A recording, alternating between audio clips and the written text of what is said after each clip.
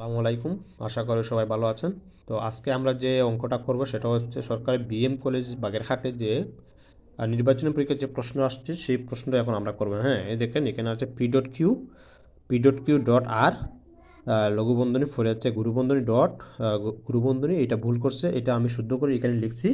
তাহলে সেম প্রশ্ন হচ্ছে কি, নিচের বচনাকারটি শত সত্য না শতমিথ্যা না অনির্দিষ্ট মান দেখাও। তাহলে এই যে হচ্ছে বচনাকার, এটা আমরা যখন করবো তো এখানে উপাদান বচন আছে তিনটি, যথা পি কিউ এবং আর। এখানে উপাদান বচন আছে তিনটি, অতএব সারি সংখ্যা হবে two the power n two cube সমান কয়টা? 8টা। তাহলে এখন আমরা প্রথমে কী করবো?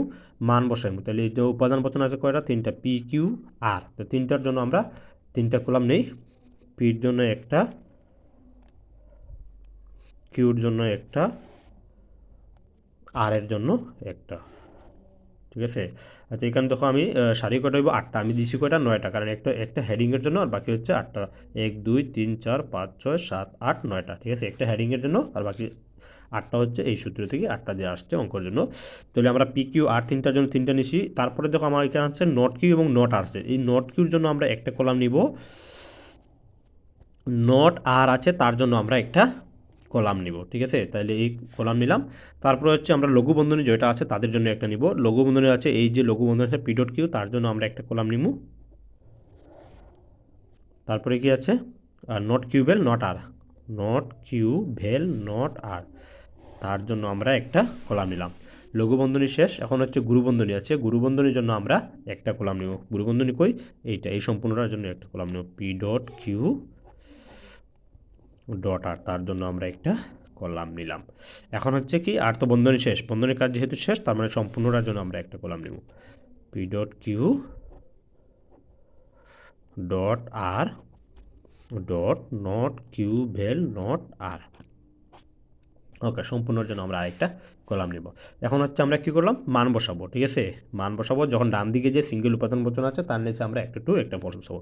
তাহলে একটা টু একটা ফলস, একটা টু একটা ফলস, একটা টু একটা ফলস, একটা টু একটা ফলস।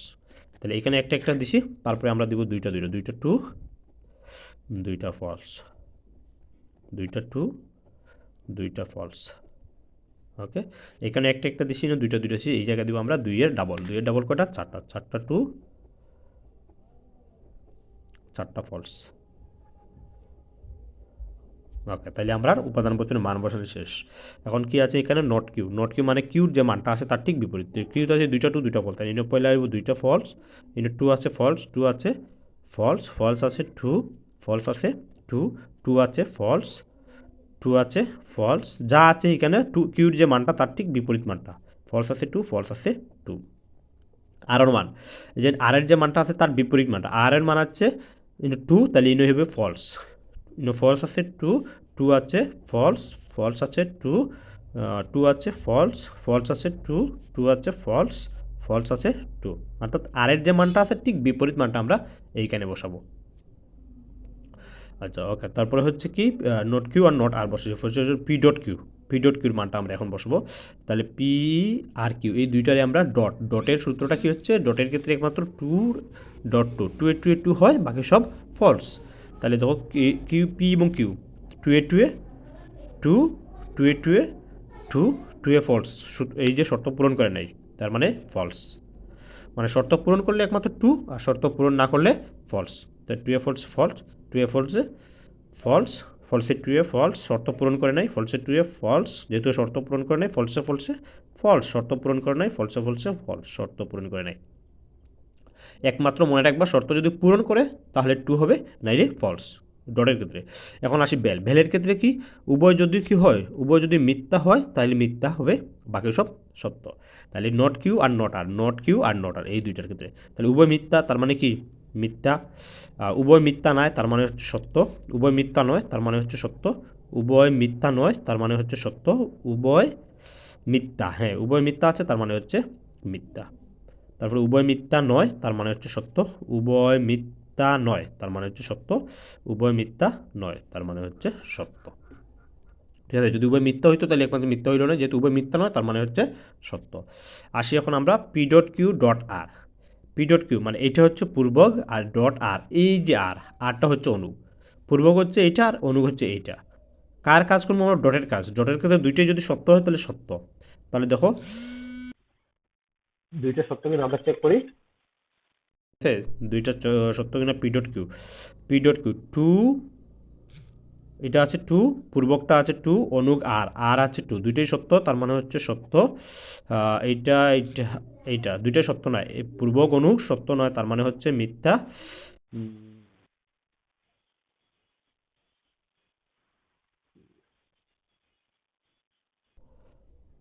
আচ্ছা, তাইলে হচ্ছে কি আমরা 3 নম্বর লাইন যখন দেখো, পূর্বক হচ্ছে কি এটা হচ্ছে পূর্বক ফলস, পূর্বক ফলস। একটা ফলস হইলে কি হবে? ফলস। দুইটাই সত্য হইলেও সত্য হয়, ডটের ক্ষেত্রে নাইলে মিথ্যা। একটা ফলস যেহেতু আমার অনুক দেখা লাগে না, তার মানে এটা ফলস।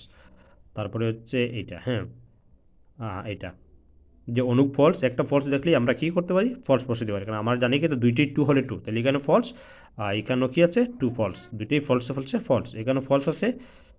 প্রথমে একটা ফলস দেখলেই আমরা কি করতে পারি? ফলস বসাতে পারি, কারণ আমার এই ডটের ক্ষেত্রে একটা ফলস হলেই ফলস হয়, দুইটাই টু হলে টু হবে। ডটের ক্ষেত্রে দুইটাই টু হলে টু হবে, যেহেতু আমি একটা এই জায়গায় ফলস দেখতেছি, তার মানে আরেকটা দেখার দরকার নেই। একটা ফলস দেখছি, আরেকটা দেখার দরকার নেই, আমি কি করতে পারি? যেহেতু একটার মান ফলস আছে, তার মানে আমি এটা মানটাও ফলস বসাইতে পারি। এখানে ফলস আছে, তার মানে একটা ফলস হলেই আমি এই মানটা ফলস বসাইতে পারি, আমার দুই সাইডটা দেখতে হচ্ছে না। ঠিক আছে, এখন কি হচ্ছে? চূড়ান্ত স্তম্ভের মান হচ্ছে এইটার সাথে এইটা হচ্ছে পূর্বক, মানে এইটা হচ্ছে পূর্বক ডট কিউ, নট কিউবেল নট আর, নট কিউবেল নট আর, এইটা হচ্ছে অনু। এইটা পূর্বক আর এইটা অনু। ডটের এই সিদ্ধান্ত মার্ক করবো এই ডটের, ডটের পূর্বে যেটা আছে এইটা, এইটা পূর্বক, আর ডটের পরে আছে এইটা, এটা অনু। কার কাজ? ডট। ডটের ক্ষেত্রে কিন্তু টু এ টু, বাকি সব ফলস। তাহলে দেখো এখানে টু আছে, আমার দিকে পরে এইটাও কি আছে? এটা ফলস। দেখো এটা টু, এইটাও যদি টু হইতো তাহলে কি হইল? টু হইল না, যেহেতু হয় নাই তাইলে ফলস, তাহলে টু, টু ফলসে ফলস। এখানে দেখো ফলস ফলস ফলস, সবটি ফলস আছে। ডটের ক্ষেত্রে দুইটাই টু হলে টু, কিন্তু এই জায়গায় দেখো একটা ফলস থাকলেই কি হচ্ছে? ফলস হয়ে যাবে, এটা নিশ্চিত, তার মানে আমি সবগুলাকে ফলস দিতে পারি। আচ্ছা, এটা লেখার সময় তোমরা, আমি এক হাত দিয়ে মোবাইল ধরছি তো এই জন্য লেখাটা একটু বাঁকা যাচ্ছে। যে যার কাজ করবো ঠিক তার নিচে সবগুলা মান বসাবো, এই জিনিসটা খেয়াল করবা যাতে লেখাটা সোজা হয়। তাহলে দেখা যায় উপযুক্ত সারণীতে, উপযুক্ত সারণী, সারণীটির চূড়ান্ত স্তম্ভের, স্তম্ভের সবকটি মান, প্রত্যেক সবকটি মান সত্য হয়েছে, সত্য হয়েছে। অতএব প্রশ্ন কি বলছিল? বচনাকার। অতএব বচনাকারটি, সরি সবকটি মান কি হয়েছে? সত্য নয়, সরি মিথ্যা হয়েছে, মিথ্যা হয়েছে। অতএব বচনাকারটি সত্য মিথ্যা। আমরা জানি যে কোনো বচন আকারে চূড়ান্ত মান, চূড়ান্ত স্তম্ভের মান সবটি যদি মিথ্যা হয় তাহলে কি হয়? এটা শত মিথ্যা হয়। যেহেতু এখানে আমার সবটি মিথ্যা হয়েছে, অতএব বচন আকারটি শত মিথ্যা। ধন্যবাদ সবাইকে।